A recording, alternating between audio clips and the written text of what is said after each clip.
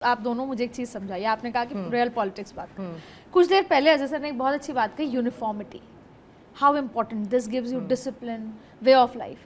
पर इसी यूनिफॉर्मिटी के बीच में जो ये लड़ाई है सबको यूनिफॉर्मिटी में लाने की देश के, हम आज भी आरक्षण जैसे मुद्दों को ही तो बात कर रहे हैं मुद्दे के लिए। आज देखिए आप, तीसरे फेज का चुनाव था और लालू प्रसाद जी कहते हैं कि मुसलमानों को आरक्षण देना है, और जो सारा मुद्दा विकास का था उससे गाड़ी एकदम बदल गई।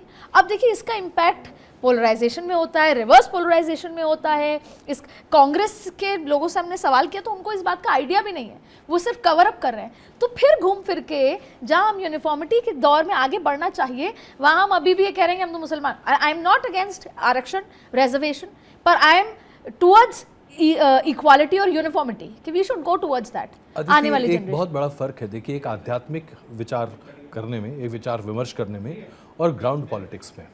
सबसे बड़ी बात यह है कि हम रिजर्वेशन को किस नज़रिए से देखते हैं। कॉन्स्टिट्यूंट असेंबली में इस पर 3 दिनों तक बहस हुई और उस बहस में एक बात सामने निकल कर आई कि this is a step of positive affirmation. देखिए हमारे देश में सदियों का पिछड़ापन जातीय आधार पर है और ये इंगित है, इसमें कहीं कोई दुविधा नहीं है किसी को।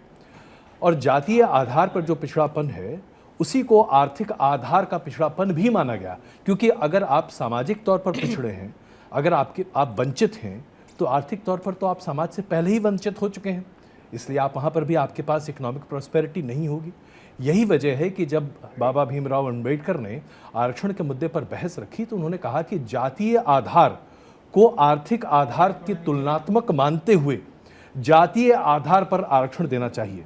जातीय आधार एक पॉजिटिव अफर्मेटिव स्टेप है जो आप दुनिया के किसी भी कॉन्स्टिट्यूशन में देख लें, सब जगह इसका प्रावधान है। सिर्फ हिंदुस्तान की वर्ण व्यवस्था की वजह से, ये हमारी सभ्यता की वर्ण व्यवस्था है, जिसकी वजह से आर्थिक आरक्षण के बजाय जातीय आरक्षण का एक बेंचमार्क रखा गया। जाहिर सी बात है उसके बाद विषमताएं और बढ़ी, सरकारों को लगा कि इस पर काम करना चाहिए। मोदी सरकार ने इकोनॉमिकली बैकवर्ड क्लासेस के लिए EWS आरक्षण 10% रखा और आज हमारे देश में 59.8% का आरक्षण है। लेकिन वो क्यों है?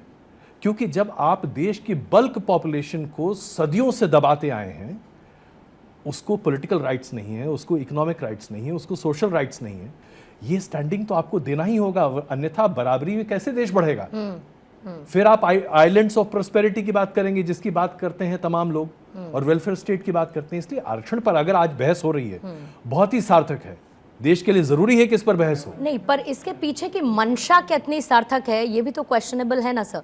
क्योंकि अगर मुलायम सिंह माफी चाहूंगी, अगर लालू प्रसाद यादव का जिक्र किया गया है तो लालू प्रसाद यादव ने जो कुछ भी कहा, कांग्रेस वालों को उसका पता ही नहीं है कि जवाब क्या देना है। उन्होंने तो आज इसलिए कहा हाँ। क्योंकि जेडीयू आज जो चरण में चुनाव थे उसमें ज्यादा जेडीयू की थी हाँ। और उनके अस्तित्व का सवाल है हाँ। अब अगर जब तक कि ये पोलराइज नहीं होता, जैसे आपने एक्सट्रीमली बैकवर्ड क्लास की बात की, अगर वोट सीधा का सीधा नीतीश जी के साथ चला जाएगा तो फिर लालू जी की पॉलिटिक्स नहीं बचेगी। पर ये तो एक स्टेट सेंट्रिक हो गई ना, लेकिन ओवरऑल आदित्य ये गूगली है कि नहीं है लालू प्रसाद यादव की, उन्होंने जो हिट बैक कर रहा है फेज 4 का। जब मैं आपके साथ डिस्कशन करूंगी तो हम कहेंगे इसका मुद्दा क्या है, तो यही उन्होंने हमें फेज 4 का मुद्दा दे दिया। इसलिए क्योंकि प्रधानमंत्री मोदी फौरन उसके बाद चुनावी प्रचार में पहुंचे और उन्होंने कहा कि अलायंस ने खुद को एक्सपोज कर दिया है। देखिए चुनावी मुद्दा होना चाहिए था।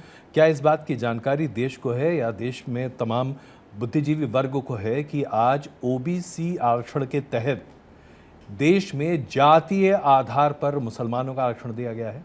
और कोई 1-2 राज्य की बात मैं नहीं कर रहा हूं, ऐसे 10 से ज्यादा राज्य हैं आज जहां राज्य सरकारों ने OBC कोटे में मुस्लिम जातियों को आरक्षण दिया है, जिसमें से पश्चिम बंगाल अपने आप में ऐतिहासिक है। पश्चिम बंगाल ने 173 पिछड़ी जातियां आइडेंटिफाई की, जिसको एक नई लिस्ट के तौर पर उन्होंने केंद्र से अप्रूवल के लिए भेजा, वो अभी अटका हुआ है। उसमें से 83%, माफ कीजिए 87% जातियां मुस्लिम जातियां हैं और ये OBC आरक्षण के लिए। सवाल यहां ये उठता है, जिसके बारे में मैं आज अपने शो मिस्टर एनालाइजर में बहुत डिटेल्स में दर्शकों के सामने कुछ तथ्य रखना चाह रहा हूं, और हो सकता है कि वो पसंद आए या ना पसंद आए। लेकिन सवाल ये उठता है कि जब इस्लाम की परिकल्पना के साथ ही पैगंबर साहब ने ये कहा था कि इस धर्म में हर कोई बराबर है, कोई प्रमुख नहीं है, कोई ऊंचा नहीं है, कोई नीचा नहीं है, कहीं कोई जाति व्यवस्था नहीं है, वर्ण व्यवस्था नहीं है। तो ऐसे में इस्लाम के तहत मुसलमानों के बीच में जाति कहां से आ गई? क्या इसके बारे में कोई आदमी कोई चर्चा कर रहा है? आज इस पर बात होनी चाहिए। जब प्रधानमंत्री नरेंद्र मोदी ये कहते हैं कि ओबीसी आरक्षण, SC ST आरक्षण में मुसलमानों को भी हिस्सा दे दिया जाएगा, तो ये बिल्कुल वाजिब बात है। जब इस्लाम में जातीय प्रथा है ही नहीं, बौद्ध जाति प्रथा है ही नहीं, जैन जाति प्रथा है ही नहीं, सिख जाति प्रथा है ही नहीं, किस आधार पर फिर ये कम्युनिटीज ये कहती हैं कि हमें जातीय आधार पर आरक्षण दिया जाए? लेकिन उस आधार पर वोट भी तो दे ही रहे हैं ना सर, क्योंकि अब हमने कर्नाटक की हम बात करते हैं, लेकिन आपने क्योंकि पश्चिम बंगाल का जिक्र किया, आंध्र प्रदेश हो, बहुत जगह मामला कोर्ट की वजह से, कोर्ट के इंटरवेंशन के आंध्र बाद। प्रदेश में अभी भी लागू है 4% OBC। कहाँ पर? आंध्र प्रदेश में मुस्लिम आरक्षण 4% OBC कोटे में है। कर्नाटक में 4% OBC कोटे में मुस्लिम आरक्षण है। पश्चिम बंगाल में 12% मुस्लिम आरक्षण OBC कोटे में है। बिहार में 11% मुस्लिम आरक्षण OBC कोटे में है। आप किसका हक मार कर दे रहे हैं? जातीय प्रथा को मानने वाले हिंदुओं का अधिकार मानकर आप उसको मुसलमानों को दे रहे हैं। भाई अगर आप इतना ही करना चाहते हैं तो संविधान संशोधन कीजिए और 4% आरक्षण, 5% आरक्षण धर्म के आधार पर कर दीजिए। और जैसे ही आप ये करेंगे आप basic structure of the constitution को वायलेट करेंगे। लेकिन इसी के साथ तो अदिति फिर बैकफायर हो गया ना। अभी तक विपक्ष क्या कह रहा था? विपक्ष ये कह रहा था कि मोदी 400 पार क्यों चाहते हैं? क्योंकि वो संविधान को बदल देना चाहते हैं, संविधान को खत्म कर देना चाहते हैं, रादर वो ये कह रहे थे। आज मोदी ने क्या कह दिया? प्रधानमंत्री कहते हैं कि ये इसीलिए बार बार इस मुद्दे को उठा रहे हैं और ये चाहते हैं कि मुस्लिम आरक्षण के लिए पर्टिकुलरली ये संविधान को बदल कर रख दें। तो जो संविधान वाली बॉल है वो एक दूसरे के साथ पास हो रही है, बेनिफिट दोनों क्या लेने की कोशिश कर रहे हैं? देखिए, नरेंद्र मोदी जी ने इस मुद्दे को पिछले 5-6 दिनों में और स्पेशली आज इतना डिटैंगल किया है कि उन्होंने बता दिया कि हमने कितना बाबा साहिब अम्बेडकर जी को कितना सम्मान दिया, उन्होंने कितना दिया। और जब चुनाव हराने से लेकर आज सारे ही परतें खुल गई कि 1952 में कैसे कांग्रेस ने चुनाव हराना और तमाम मुद्दे। इसके अलावा और भी डिटैंगल करते हुए उन्होंने ये साफ कर दिया कि वो जो बोल रहे हैं वो खुद की मंशा से बोल रहे हैं। भारतीय जनता पार्टी ऐसा इंटेंशन नहीं रखती। और वैसे भी वो जब प्रधानमंत्री मोदी के हाथ में बैट होता है और विपक्ष बॉलिंग करता है तो वो बाउंड्री पार जाता है। तो आज फिर चाहे लालू जी का बयान हो, चाहे या आरक्षण के मुद्दे पर जो बयान था, ये बाउंड्री पार भारतीय जनता पार्टी को मौका चाहिए। उनके पास स्ट्रेटेजी होती है, उन्होंने उसको पूरे तरीके से क्लीन स्वीप करते हुए दिखा दिया कि उनको मौका तो चाहिए। नहीं, हालांकि इसमें वो खुद भी हिट विकेट हो गए जी, क्योंकि उनके सहयोगी हैं TDP के चंद्रबाबू नायडू। चंद्रबाबू नायडू ने परसों ये बयान दिया है, क्योंकि अभी आंध्र प्रदेश में चुनाव होने वाले हैं, बीजेपी के सहयोगी हैं, इस बार टाई अप हुआ है। 4% OBC कैटेगरी में मुस्लिम आरक्षण का पैरोकारी चंद्रबाबू नायडू इस बार आंध्र प्रदेश में कर रहे हैं। उन्होंने इसको अपने मैनिफेस्टो का हिस्सा भी रखा है। एक तरफ भारतीय जनता पार्टी ये कह रही है कि OBC आरक्षण में से एक हिस्सा निकालकर मुसलमानों को दिया जा रहा है और इसका विरोध करती है।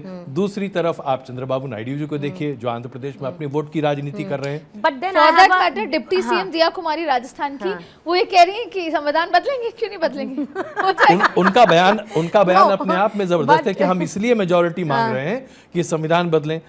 और इससे पहले एक और कर्नाटक के आए हुए बीजेपी के सांसद, उन्होंने कह दिया था कि वे 400 पार दे दो, संविधान में जो दिक्कतें यूनिफॉर्म सिविल कोड तुरंत ले आएंगे। आप मंशा क्या है वो अलग है, लेकिन जैसे ही आप कहते हैं कि हम संविधान चेंज कर देंगे, लोगों को बोलने का मौका मिल जाता है।